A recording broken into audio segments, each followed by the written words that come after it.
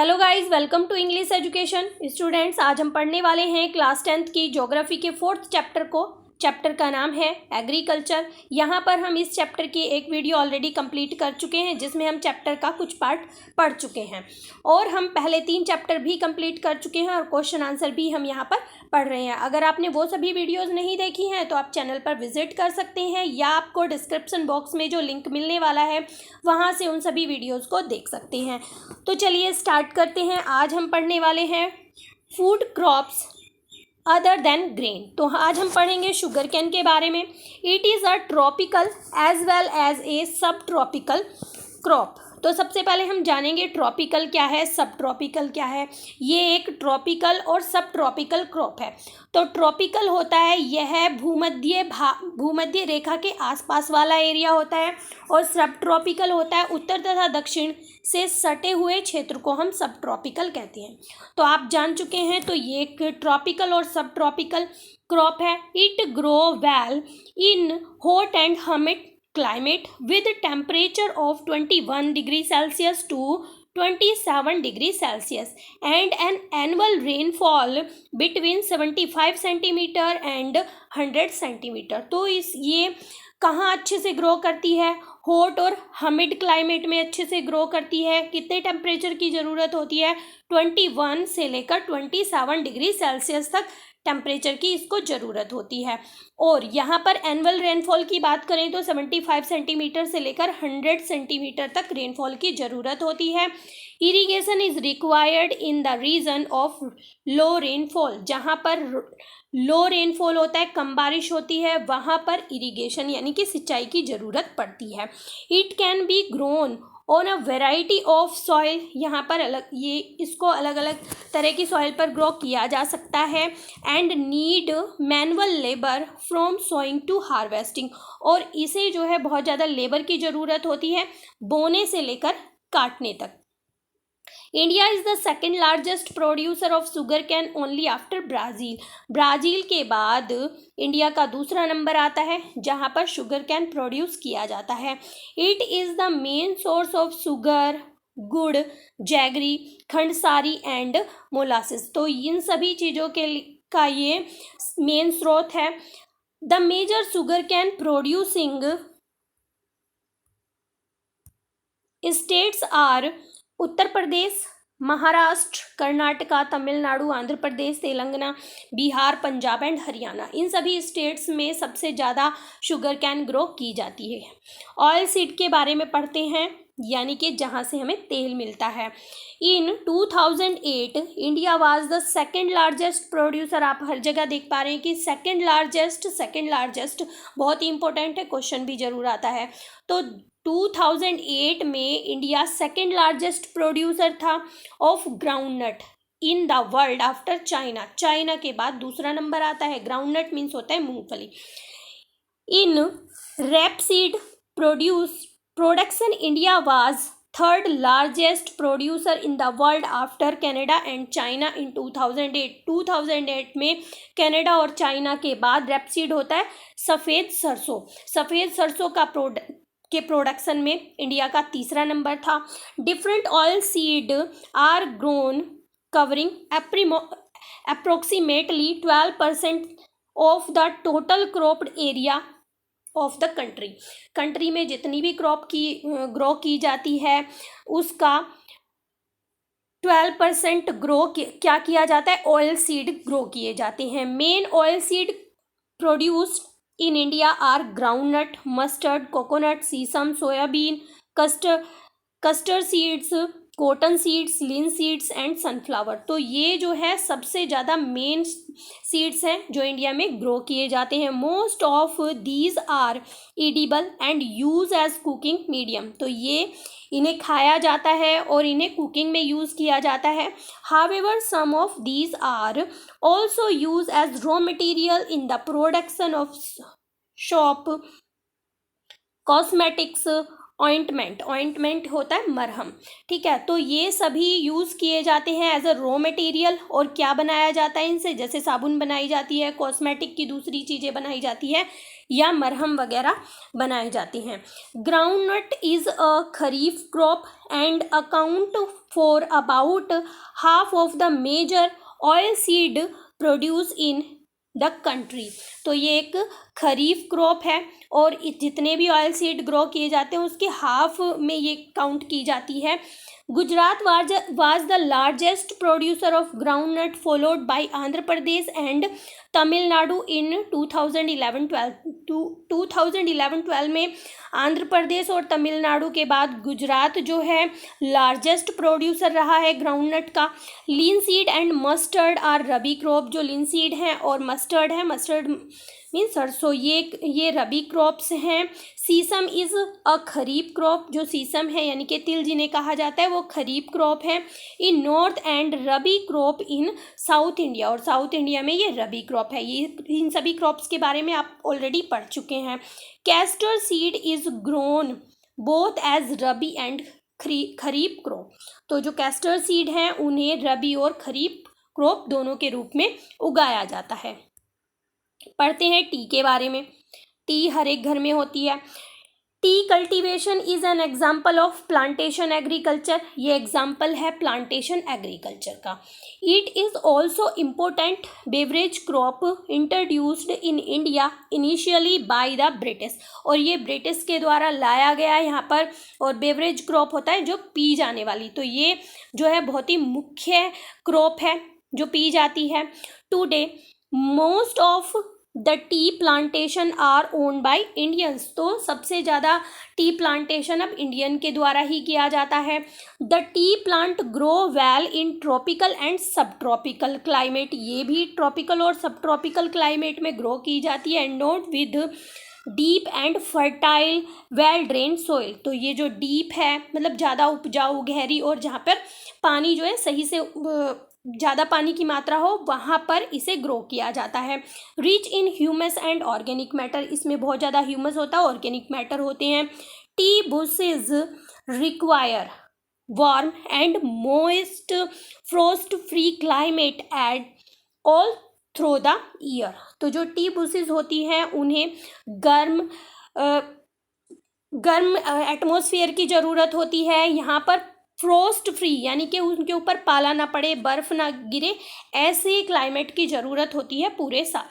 Frequent shower evenly distributed over the years ensure continuous growth of tender leaves, अगर हल्की सी सावर होती रहे पूरे साल, हल्की फुल्की बारिश होती रहे तो इससे जो है कोमल लीव्स जो हैं कोमल पत्तियां निकलती रहती हैं। कहने का मतलब है ये बहुत अच्छी होती हैं इसकी ग्रोथ के लिए। Tea is a labour intensive industry, tea production के लिए बहुत ज़्यादा लेबर की ज़रूरत होती है। It require abundant cheap and skilled labour, यहाँ पर चीप एंड स्किल्ड लेबर की बहुत ज़्यादा ज़रूरत होती है। Tea is proceed within the tea garden to restore its freshness. Major tea producing states are Assam, hill of Darjeeling and Jalpaiguri district, West Bengal, Tamil Nadu and Kerala. तो देखिए इनकी फ्रेशनेस को स्टोर करने के लिए गार्डन की ज़रूरत होती है और ये जो है असम में, दार्जिलिंग में, जलपाईगुड़ी डिस्ट्रिक्ट में और वेस्ट बंगाल, तमिलनाडु, केरला और यहाँ पर अपार्ट फ्रॉम दीज यहाँ से अलग कुछ और स्टेट्स बताए गए हैं जैसे कि हिमाचल प्रदेश है, उत्तराखंड है, मेघालय, आंध्र प्रदेश एंड त्रिपुरा है। यहाँ पर भी टी का प्रोडक्शन किया जाता है इन सभी स्टेट्स में। In 2008 India was the third largest producer of tea after China and Turkey. तो देखिए 2008 की बात है जब नोट किया गया तो इंडिया तीसरे नंबर पर था टी को प्रोड्यूस करने में, किसके बाद? चाइना और तुर्की के बाद।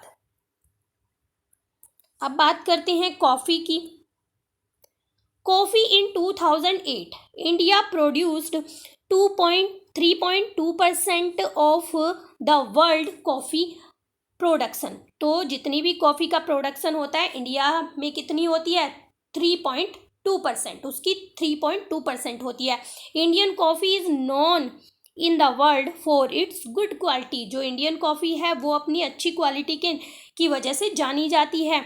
The arabica variety initially brought from Yemen. जो अरेबिका वेराइटी है ना कॉफ़ी की, वो कहाँ से लाई गई? यमन से लाई गई। Is produce in the country, जो हमारे कंट्री में प्रोड्यूस की जाती है।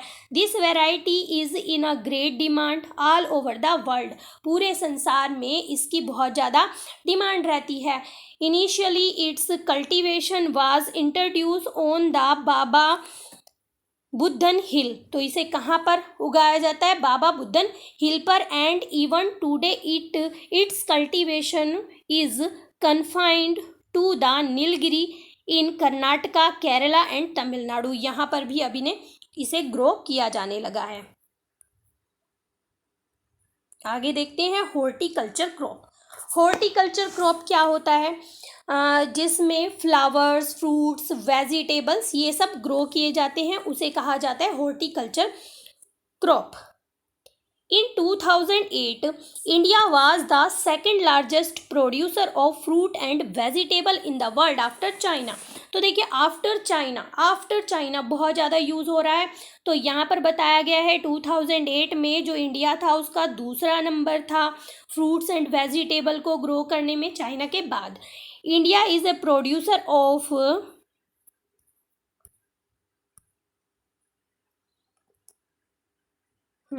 tropical as well as temperate fruit, mangoes of Maharashtra, Andhra Pradesh, Telangana, Uttar Pradesh and West Bengal, orange of Nagpur and Cherrapunji, banana of Kerala, Mizoram, Maharashtra and Tamil Nadu, lychee and guava of Uttar Pradesh and Bihar, pineapple of Meghalaya, grapes of Andhra Pradesh, Telangana and Maharashtra, apple, pears, apricot and walnuts of Jammu and Kashmir and Himachal Pradesh are in the great demand of the world over। तो देखिए यहाँ पर अलग अलग food variety के बारे में बताया गया है, अलग अलग फ्रूट्स के बारे में बताया गया है और बताया गया है कि यहाँ के जो अभी नाम बताए गए हैं इन स्टेट्स के, ये सभी जो फ्रूट्स हैं या नट्स हैं ये वर्ल्ड फेमस हैं, इनकी बहुत ज़्यादा डिमांड रहती है मार्केट में।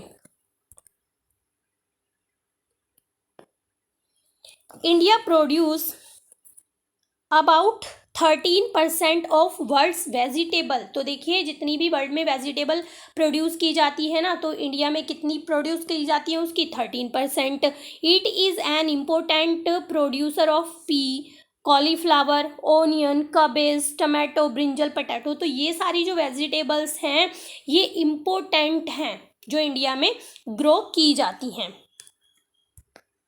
आगे देखते हैं। अब है non food crop. Non food crop में कौन कौन सी क्रॉप आती है? सबसे पहले दिया गया है रबर। ठीक है, तो जो रबर की क्रॉप है it is N equatorial crop. Equatorial crop क्या होती है? भूमध्य रेखीय फसल इक्वेटेरियल क्रॉप होती है। But under special condition it is also grown in tropical and सब ट्रॉपिकल एरियाज। ट्रॉपिकल और सब ट्रॉपिकल एरियाज़ के बारे में आप पढ़ चुके हैं, लेकिन कुछ स्पेशल कंडीशन हैं जिनके अंडर इसे ट्रॉपिकल और सब ट्रॉपिकल एरियाज़ में भी ग्रो किया जाता है। It requires moist and humid climate. इसे ज़रूरत होती है मॉइस्ट और हमिड क्लाइमेट की with rainfall more than 200 centimetre. तो देखिए सबसे ज़्यादा अब तक की जो जितनी भी क्रॉप के बारे में बताया गया है सबसे ज़्यादा ज़रूरत होती है रबर को। ठीक है, 200 centimetre and temperature about 25 degree Celsius, इससे ज़्यादा टेम्परेचर की ज़रूरत होती है। Rubber is an important industrial raw material. तो रबर क्या है? बहुत ही महत्वपूर्ण इंडस्ट्रियल रॉ मटेरियल है। It is mainly grown in Kerala, Tamil Nadu, Karnataka, Andhra Pradesh and Nicobar island and गोरो हिल्स ऑफ मेघालय। तो इन सभी जगह पर इसको ग्रो किया जाता है। In 2010-11 India ranked 4th among the world's natural rubber producer. तो देखिए इंडिया जो है 2010 और 11 में नंबर 4 पर रैंक करता था इसको ग्रो करने में। जो नेचुरल रबर प्रोड्यूसर है नंबर 4 पर यहाँ पर वो आता था। तो यहाँ पर यूज़ बताए गए हैं कि कैसे उनको यूज़ किया जाता है टायर्स बनाने में, ट्यूब बनाने में, बेल्ट्स बनाने में। ये सब चीज़ें यहाँ पर बताई गई हैं, आप इन्हें अच्छे से पढ़ सकते हैं। अब पढ़ते हैं हम फाइबर क्रॉप। फाइबर क्रॉप में आ जाता है कॉटन, जूट, हेम्प। हेम्प क्या होता है? जैसे भांग की खेती की जाती है, ठीक है। तो cotton, jute, hemp and natural silk are 4 major fibre crop grown in India. ये 4 मुख्य क्रॉप हैं जो इंडिया में ग्रो की जाती हैं।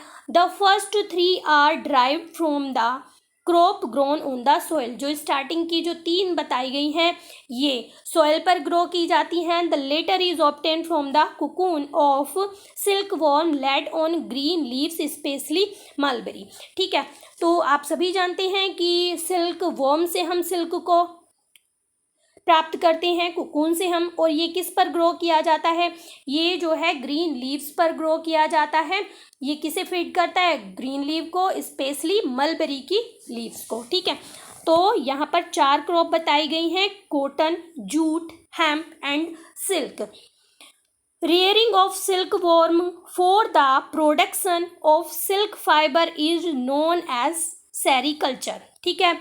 तो सिल्क वॉर्म को रियरिंग करना क्या कहलाता है? सिल्क प्रोड्यूस करने के लिए सिल्क वॉर्म को रियरिंग करना कहलाता है sericulture.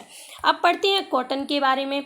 Cotton, India is believed to be original home of cotton plant. तो कॉटन प्लांट का ओरिजिनल होम किसे कहा गया है? इंडिया को कहा गया है। Cotton is one of the main raw material for cotton textile industries. Cotton क्या है? मुख्य रॉ मटेरियल है किसके लिए? कॉटन इंडस्ट्री के लिए। इन 2008 India was second largest producer of cotton after China, ठीक है।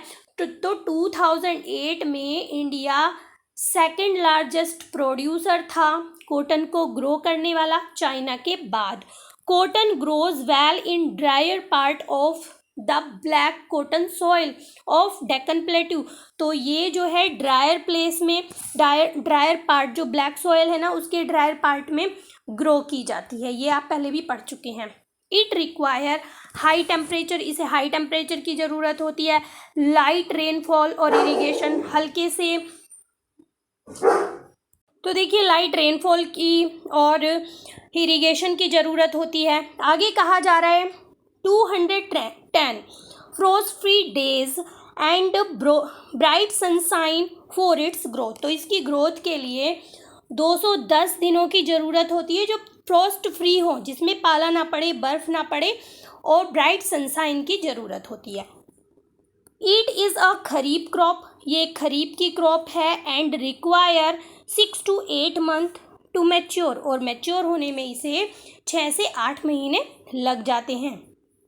Major cotton producing states are Maharashtra, Gujarat, Madhya Pradesh, Karnataka, Andhra Pradesh, Telangana, Tamil Nadu, Punjab, Haryana और उत्तर प्रदेश। इन सभी स्टेट्स में इसको ग्रो किया जाता है। आगे पढ़ते हैं हम जूट के बारे में। It is known as golden fibre, इसे गोल्डन फाइबर के नाम से जाना जाता है। कई बार क्वेश्चन MCQ में आ जाता है।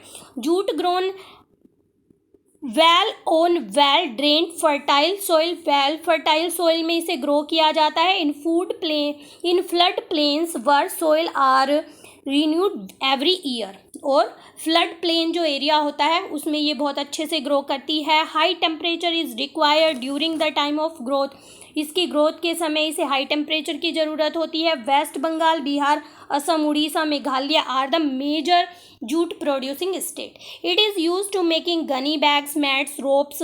तो इनका यूज़ किया जाता है गनी बैग बनाने में, बोरे बनाने में, मैट बनाने में, रस्सियाँ बनाने में, धागा बनाने में और कारपेट आदि बनाने में, ठीक है। Due to its high cost, इसकी कॉस्ट थोड़ी हाई होती है। It is losing market to synthetic fibre and packing material, particularly the nylon.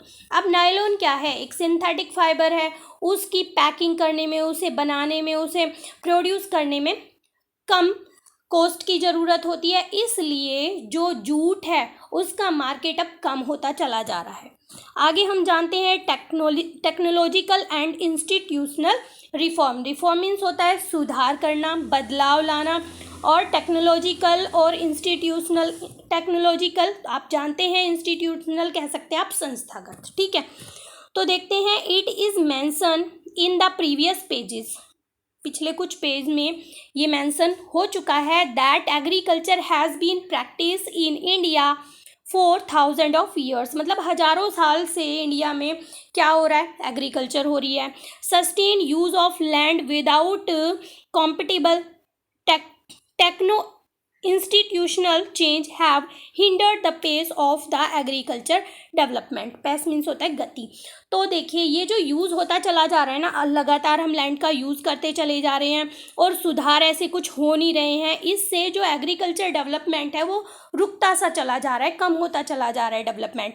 And in spite of development of resources of agriculture, most of the farmers in large parts of the country still depend on monsoon and natural fertility in order to carry on their agriculture। अब India के बहुत सारे parts ऐसे हैं जिनमें agriculture resources आ गए हैं, लेकिन कुछ पार्ट्स ऐसे हैं जिनमें अभी भी फार्मर मॉनसून पर डिपेंड करते हैं और नेचुरल फर्टिलिटी पर डिपेंड करते हैं अपने एग्रीकल्चर को करने के लिए। For a growing population this poses a serious challenge। agriculture which provide livelihood for more than 60% of its population needs some serious technical and, देखिए आगे यहाँ तक ही पढ़ लेते हैं। तो देखिए यहाँ पर बताया गया है, ये जो पॉपुलेशन है लगातार बढ़ती चली आ रही है और इससे क्या है, बहुत ही सीरियस चैलेंज जो है फेस करने पड़ रहे हैं एग्रीकल्चर को। जो एग्रीकल्चर है वो 60% से ज़्यादा लोगों को जीविका के साधन देती है। तो इसमें ज़रूरत है कि कुछ टेक्निकल और इंस्टीट्यूशनल रिफॉर्म्स हों, कुछ सुधार हों। 10 कलेक्टिवाइजेशन होता है समूह करना, मतलब जो लैंड है वो टुकड़ों में जैसे बढ़ती चली जा रही है, उसको इकट्ठा करके एक साथ कुछ फार्मर्स के द्वारा उस पर एग्रीकल्चर की जाए। कंसोलिडेशन ऑफ होल्डिंग, यानी कि चकबंदी की जाए। कंसोलिडेशन मीन्स होता है चकबंदी करना। कॉरपोरेशन एंड एबोलिशन ऑफ जमींदारी, यानी कि जमींदारी से छुटकारा पाया जाए, कॉपरेट करके जो है खेती की जाए। Were given priority to bring about institutional reform in the country after independence. तो स्वतंत्रता के बाद जब देश को आज़ादी मिली तो एग्रीकल्चर में सुधार किया जाने लगा।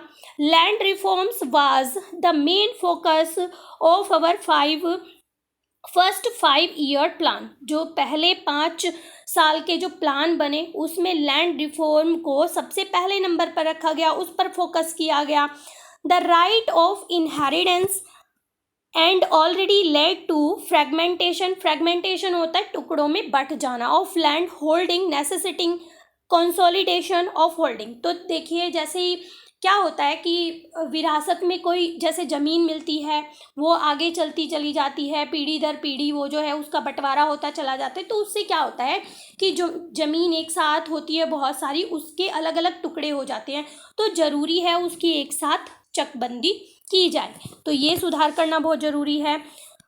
The laws of land reform were enacted but the laws of implementation was leaking or lukewarm। देखिए, अब ये जो रिफॉर्म्स थे ये लागू तो किए गए, इन्हें जो है कहा तो गया लोगों को कि इस तरह से सुधार की जाए, लेकिन उनका इम्प्लीमेंटेशन नहीं हुआ, उनको सही से लागू नहीं किया गया, वहाँ पर कुछ कमी रही। The government of India embarked upon introducing agriculture reform to improve Indian agriculture in the 1960s and 1970। अब 1960 और 1970 में गवर्नमेंट ने क्या किया, इंडिया की जो एग्रीकल्चर थी उसे इम्प्रूव करने की कोशिश की गई। कुछ रिफॉर्म्स वहाँ पर किए गए, जैसे कि कौन कौन से थे वो। द ग्रीन रेवोल्यूशन था based on use of package technology and white revolution. एक वाइट रेवोल्यूशन के नाम से दोनों को आप याद रखेंगे, एक है हरित क्रांति ग्रीन रेवोल्यूशन और एक है दुग्ध क्रांति जो वाइट रेवोल्यूशन के नाम से जाना जाता है, इसे ऑपरेशन फ्लड के नाम से भी जाना जाता है। तो जो भी ग्रीन रेवोल्यूशन थी उसमें जैसे हाइब्रिड सीड दिए गए, फर्टिलाइजर्स दिए गए, पेस्टिसाइड, इंसेक्टिसाइड ये सब दिए गए, और जो वाइट रेवोल्यूशन थी उसको भी आगे बढ़ाया गया। देखिए, were some of the strategy initiated to improve the lot of Indians agriculture, मतलब एग्रीकल्चर को बढ़ावा देने के लिए ये सारे रिफॉर्म्स किए जाने लगे। But this is to led to the concentration of development in few selected areas. लेकिन हुआ क्या, ये जो रिफॉर्म्स किए गए ये सभी एरियाज़ में सही से नहीं इनका लाभ मिल पाया, कुछ ही एरियाज़ में लोगों को इनका लाभ मिला। Therefore in 1980s and 1990 a comprehensive land development program was initiated which included both institutional and technical reform. फिर उसके बाद फिर लैंड को डेवलपमेंट देने के लिए कुछ और प्रोग्राम लागू किए गए, उसमें इंस्टीट्यूशनल भी थे और टेक्निकल रिफॉर्म भी थे। जैसे कि provision for crop insurance, crop के लिए इंश्योरेंस दिया जाने लगा, जैसे कि ड्रॉथ आने पर, फ्लड आने पर, साइक्लोन, फायर, डिसीज, या एस्टेब्लिशमेंट ऑफ, और क्या क्या किया गया, ग्रामीण बैंक एस्टेब्लिश किए गए, क्रॉप कोऑपरेटिव सोसाइटी यहाँ पर चलाई गई, and bank for providing loan facilities to the farmers, और फार्मर्स को लोन की फैसिलिटी प्रोवाइड करने के लिए बैंक बना दिए गए। ठीक है। At lower rate of interest were some important steps of in this direction. तो इस दिशा में यानी कि सुधार करने के लिए ये सारी फैसिलिटीज़ फार्मर्स को दी जाने लगी, जैसे कि ग्रामीण बैंक बनाया गया, कोऑपरेटिव सोसाइटीज़ बनाई गई, कुछ बैंक खोल दिए गए जो कम रेट पर, कम इंटरेस्ट पर उन्हें लोन देते थे। और आगे बताया गया है जैसे किसान क्रेडिट कार्ड चलाया गया, पर्सनल एक्सीडेंट इंश्योरेंस स्कीम चलाई गई, are some other schemes introduce by the government, ये गवर्नमेंट के द्वारा लागू की गई of India for benefit of the farmers, farmers को बेनिफिट देने के लिए। Moreover, special weather bulletin and agriculture program for the farmer were introduced on the radio and television।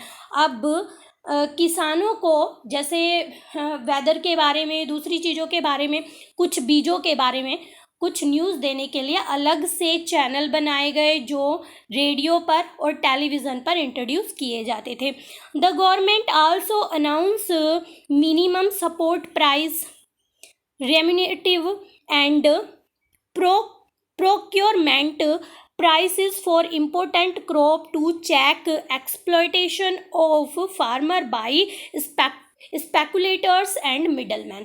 तो क्या होता है, जैसे कि कोई भी क्रॉप ग्रो करते हैं फार्मर, तो उसके लिए मिनिमम सपोर्ट प्राइस गवर्नमेंट ने देना शुरू कर दिया। उन्होंने बताया कि कोई भी इम्पोर्टेंट क्रॉप अगर वो ग्रो करते हैं तो कम से कम इतना प्राइस उसका निश्चित कर दिया गया जिसे गवर्नमेंट भी खरीद सकती है, जिससे जो स्पेकुलेटर्स होते हैं यानी कि वो पहले से ही अनुमान लगा लेते हैं कि जो क्रॉप है वो आगे इतने पैसे में बिकने वाली है, इतना मुनाफा वो कमा सकते हैं, तो वो क्रॉप को अपने आप खरीद कर रख लेते थे।